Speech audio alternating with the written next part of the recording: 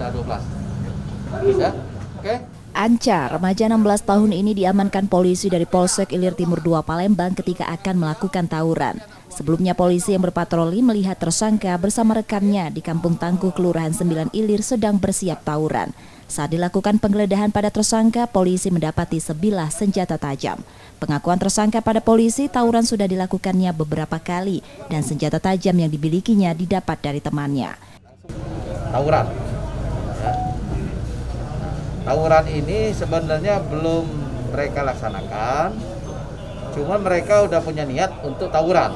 Ini ditangkap oleh rekan kita, jadi tangkapnya di Lorong Tanjungan ya, Lorong Tanjungan, ya tepatnya itu dia geledah oleh anggota kita.